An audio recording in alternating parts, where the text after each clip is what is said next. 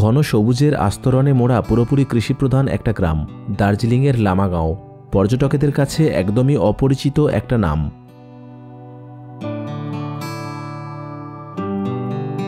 এখন স্কোয়াশের মাচায় গ্রামের প্রতিটা কোনায় সবুজ রং মেখেছে। জুন জুলাই থেকে ডিসেম্বর মাস পর্যন্ত গ্রামের সৌন্দর্য এরকমই থাকে।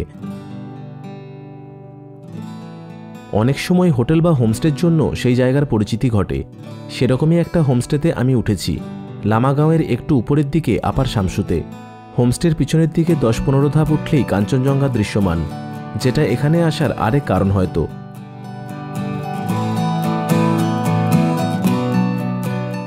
এটাই এই গ্রামের প্রথম হোমস্টে। আপাতত 2টো রুম নিয়ে শুরু করা হয়েছে, কয়েক মাসের মধ্যে টেন্টে থাকার ব্যবস্থাও শুরু করা হবে।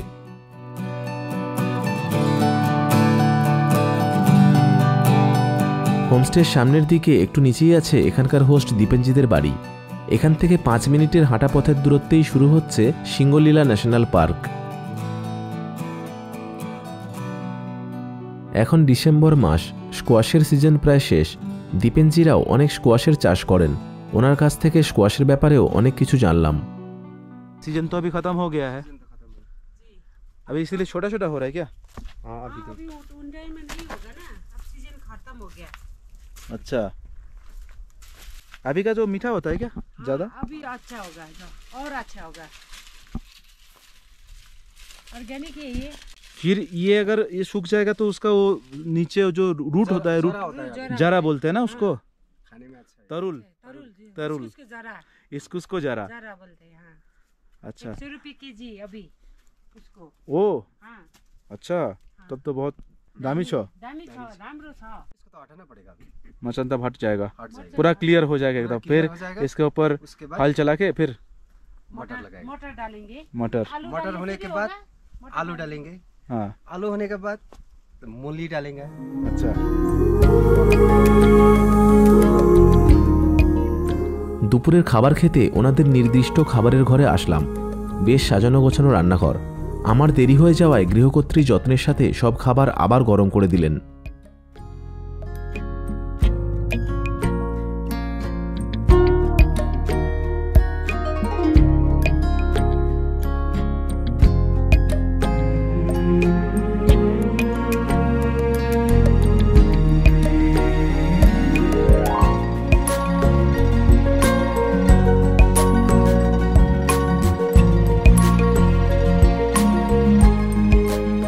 আজকে রান্না হয়েছে ভাত, ডাল, রাইশাক ভাজা, আলু দিয়ে ডিমের তরকারি, স্যালাড, পাঁপড় আর আচার।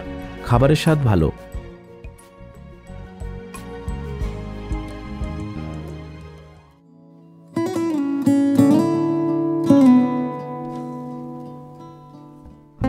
আমি এসেছি ডিসেম্বরের মাঝামাঝি, তাই ঠান্ডাও দারুণ। শীতকালে এখানকার তাপমাত্রা রাতের দিকে -3 ডিগ্রি পর্যন্তও নামে, আর অল্প বিস্তর তুষারপাতও হয় মাঝে মধ্যেই। 2টো রুমই কাঠের তৈরি। ভিতরকার ডেকোরেশন সাধারণ মানের, কিন্তু ভালোই। 3টি করে বিছানা রয়েছে, চাইলে 5 জনও থাকা যায়। আর রুম হিটারের জন্য দৈনিক 100 টাকা করে লাগে মাথা পিছু।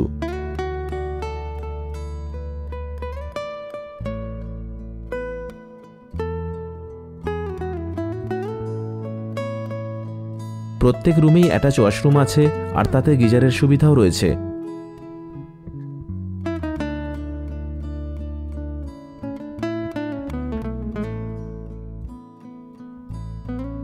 এটা আরেকটা রুম।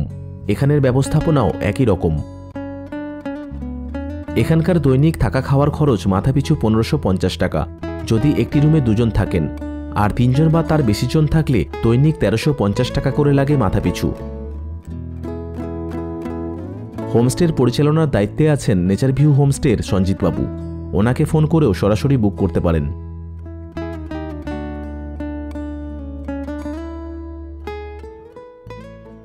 এনজেপি স্টেশন থেকে এখানকার দূরত্ব 105 কিলোমিটার। গাড়িতে আসতে সময় লাগে 5.5 ঘন্টা। রিজার্ভ গাড়ি ভাড়া 5 থেকে 5.5 হাজার টাকা। হোমস্টে পর্যন্ত গাড়ি আসে, তবে শেষ 300 মিটারের মতো রাস্তা খুবই খারাপ। বোলেরো বা সুমোর মতো বড় গাড়ি নিয়ে আসলে তেমন একটা অসুবিধা হবে না। আর অবশ্যই দার্জিলিং থেকে টুকভার হয়ে বিজনবাড়ির রাস্তা নিয়ে যাতায়াত করাই ভালো, কারণ ঘুম ভঞ্জং থেকে বিজনবাড়ির রাস্তার অবস্থা একদমই ভালো না। দার্জিলিং থেকে 4টের মতো শেয়ার গাড়ি আছে, তবে এ বিষয়ে হোমস্টেতে আগে থেকে কথা বলে রাখাই ভালো। বিকেলবেলা হোমস্টের পিছনের ভিউ পয়েন্টে এসে বসলাম। একদিকে দিনান্তের সূর্য অস্ত যাচ্ছে, তার সাথে ঠান্ডা বাতাসের শিহরণ। অপরদিকে পরন্ত রোদ্দুরের আবির মেঘে কাঞ্চনজঙ্ঘা আরও স্বর্ণালী, আরও মোহময়ী হয়ে উঠেছে। আর কিছুক্ষণের মধ্যেই অপরূপ প্রকৃতি নিদ্রামগ্ন হবে।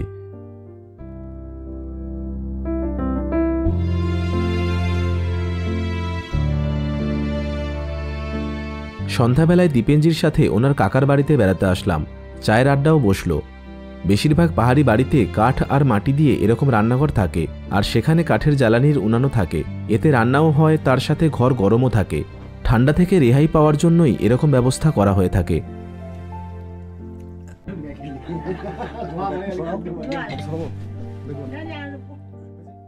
ঘণ্টাখানেক পর হোমস্টেতে ফিরে এলাম। এখানকার রাতের পরিবেশও অনেক কিছু দেবে। শুধু 10-12টা সিঁড়ি ভাঙার কষ্ট করতে হবে, তাহলেই সমগ্র দার্জিলিং শহর চোখের সামনে জ্বলজ্বল করবে।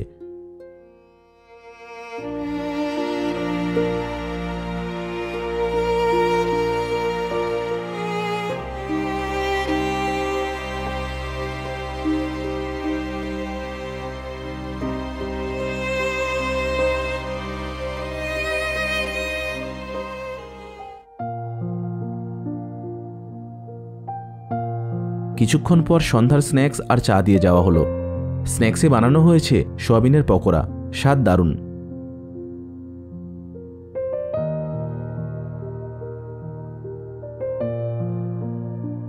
তারপরে শুরু হলো ক্যাম্পফায়ার।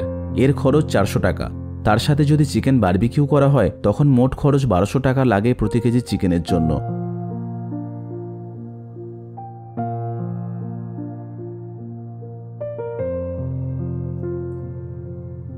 ডিনারের ডাক আসতে কিচেনে গিয়ে দেখি দিদি আমাদের জন্য বেগুন পোড়াচ্ছেন। এটা আমার অন্যতম পছন্দের খাবার। অনেক সময় ভ্রমণের মধ্যে অনেক সাধারণ ঘটনাই আমাদের মনের মধ্যে গেঁথে যায়। পরবর্তীকালে এই প্রত্যন্ত গ্রামের সরল সাদাসিধে মানুষজনের আতিথেয়তার ছোট ছোট অনেক ঘটনাই স্মৃতি হয়ে চোখের সামনে ভেসে ওঠে। এটাও হয়তো তারই একটি, তাই হয়তো বলতে বাধ্যও হলাম আজ।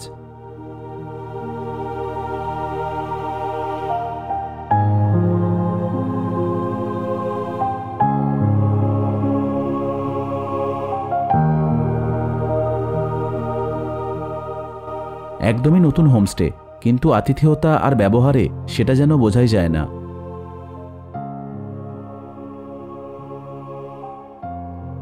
ডিনারে বেগুন পোড়ার সাথে ছিল মসুর ডাল, চিকেন কষা আর পাঁপড়। প্রত্যেকটা রান্নাই ভালো লাগলো।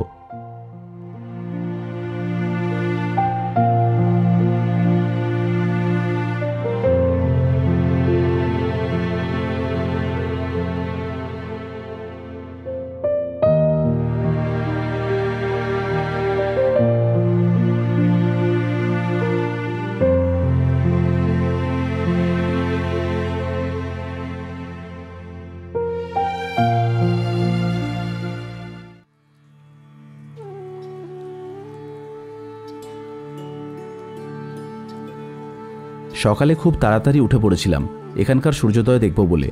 আর কাঞ্চনজঙ্ঘা তো অবশ্যই। পাহাড়ে এত ভালো সূর্যোদয় খুব কম স্থান থেকেই দেখতে পাওয়া যায়, তাই এই দৃশ্য দেখা থেকে বঞ্চিত হওয়ার ইচ্ছা আমার একদমই ছিল না।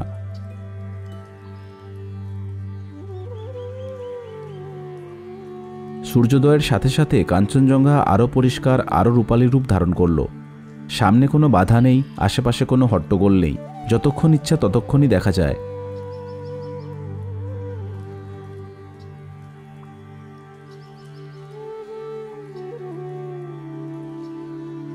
ফেব্রুয়ারির শেষ থেকে যখন রডোডেন্ড্রন ফোটা শুরু হয় তখন এই পাহাড়গুলো আরও সুন্দর হয়ে ওঠে।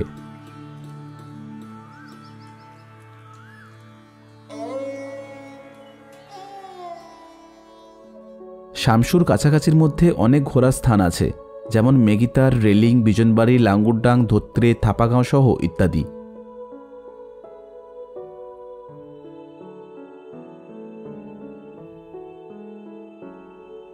চা খেয়ে গ্রাম ঘুরতে বার হলাম। কয়েকটা পাইনের সারির পাশ দিয়ে 5 মিনিট এগোতেই স্কুলের সামনে এসে হাজির হলাম। স্কুলের গেট আছে কিন্তু বাউন্ডারি নেই। আশপাশের কোনো ভিউই বাধাপ্রাপ্ত হয়নি। তাই এরকম স্কুলে পড়াশোনার অভিজ্ঞতাটাও হয়তো অন্যরকমই হবে।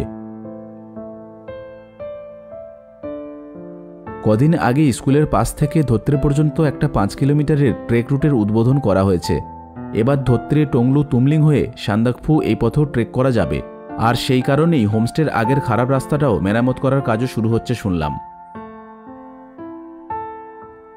আরও কিছুটা এগোতেই একটা পাড়াতে পৌঁছালাম। অনেক দাঁড়চক পতাকা আর বড় বড় লুংতা দেখে দাঁড়ালাম। এটা একজন শেরপার বাড়ি। শেরপারা এরকমভাবে গোম্পা প্রতিষ্ঠা করে এবং সেখানে তাদের সব রকম ধর্মীয় ঐতিহ্যও পালন করে থাকেন। এটা এলাচের ভাট্টি। নিচে জাল দিয়ে উপরের অংশে বড় এলাচকে শুকানো হয়।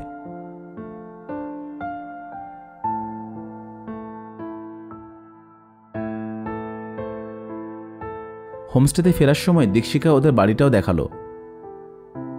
ये सब मेरा ग्रैंडफादर का हाउस है। अच्छा, मेरा बाबा के भाई के बाबा के भाई के। मेरा ग्रैंडफादर का ब्रदर का घर है।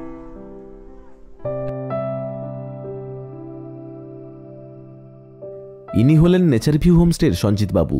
বহুদিন ফটোগ্রাফি জগতের সাথে যুক্ত একজন শখের ফটোগ্রাফার। এই ভিডিওতে কাঞ্চনজঙ্ঘার বেশ কিছু ছবি ওনার তোলা। শামসু ছাড়াও রাঙ্গারুন আর সন্তুকেও ওনার হোমস্টে লিজে আছে। উপরের আই বাটন ও ডেসক্রিপশনে সেখানকার ভিডিওর লিঙ্ক দিয়ে দিলাম।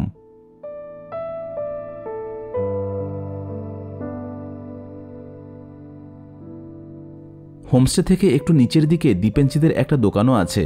কর্তাগিন্নি দুজনে মিলেই পরিচালনা করেন।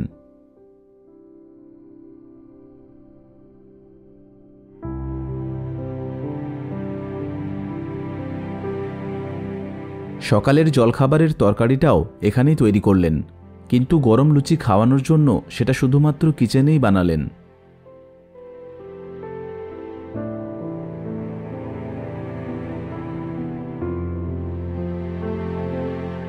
দিদির হাতের এই তরকারির সুনাম সঞ্জিতবাবুর কাছ থেকে আগেই শুনেছিলাম, খাবার পর বুঝেও গেলাম। আজ এখান থেকে যাব রেলিং। পরবর্তী পর্বে হবে রেলিংয়ের গল্প। ভিডিওটি কেমন লাগলো অবশ্যই কমেন্ট করে জানাবেন। যদি ভালো লাগে তাহলে লাইক, আর চ্যানেলটিতে যদি প্রথমবার আসেন সাবস্ক্রাইব করার অনুরোধ করলাম। সবাই ভালো থাকবেন, সুস্থ থাকবেন। আবার দেখা হচ্ছে আগামী পর্বে। ধন্যবাদ।